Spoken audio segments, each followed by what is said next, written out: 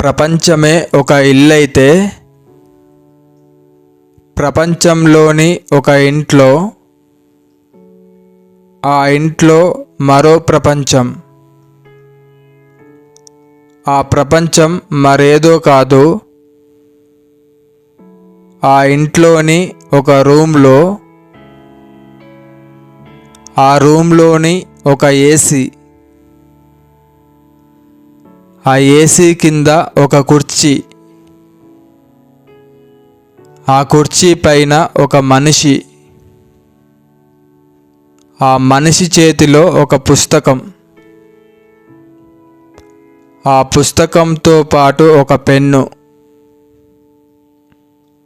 ఆ పుస్తకంలోనే నిమగ్నమై చదువుతున్న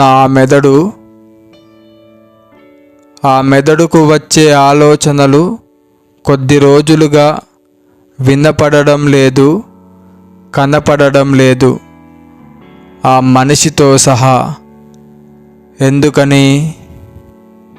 ఎందుకంటే ఒక మనిషి చాలా రోజుల తర్వాత నన్ను చూసి నా దగ్గరకు వచ్చి సరదాగా కాసేపు కొన్ని విషయాలు మాట్లాడి ఆ తర్వాత వెళ్ళిపోయాడు.